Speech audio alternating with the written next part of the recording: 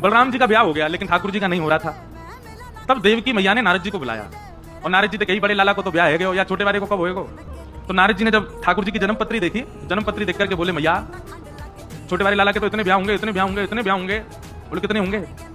बोले अगर आप हर दिन वर्ष को, मतलब वर्ष में जितने दिन हर दिन अगर सोचें एक एक बहू से मिले तो एक वर्ष में पूरी नहीं होंगी, इतने ब्याह होंगे। बोले होगा कब? अब लाला बड़ा है तो जा रहा। वैसे ठाकुर जी 16 वर्ष के रहते हैं, इससे बड़ी आयु ठाकुर जी की नहीं होती।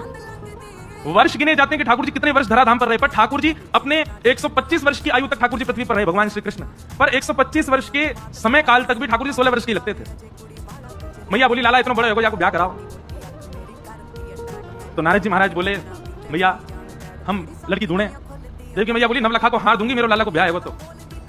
और नारद जी को नवलखा का तो कोई लोभ नहीं था, पर देखना चाह रहे थे ठाकुर जी का विवाह कैसा होगा, एक बार हमारे सामने दृश्यमान हो कि ठाकुर जी दुल्हा बन के कैसे लगेंगे। और उसी दिन से वो चिंतन इतना व्याप्त हो गया नारद जी को, अब लगे नारद जी ढूंढने में कि लाल जी का ब्याह होना चाहिए।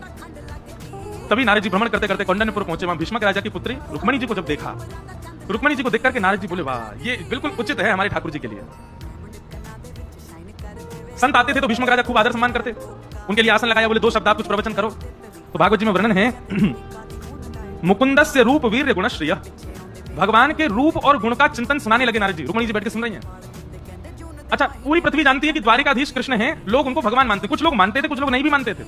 कुछ लोगों को लगता था ऐसे ही बस बना दिए बात, कोई भगवान थोड़ी होंगे। पर जब उनके पराक्रम को सुनते तो लोगों को लगता भी था हो सकता है भगवान हो, पर्वत उठाया, हो सकता है भगवान हो, महाभारत के युद्ध में सारथी बने रहे, एक बाण स्पर्श नहीं होने दिया, हो सकता है भगवान हो, 16,108 ब्याह किए। उस समय के काल में ऐसी भावना थी। तो द्वारिकाधीश का गुण जब बताया, सुन करके भीष्मक राजा अति आनंदित हुए, प्रणाम किया। तो नारद जी ने धीमे से कहा, बोले आप कहें तो जिनके रूप गुण में सुना रहा हूं उनसे आपकी कन्या के विवाह की बात करूं?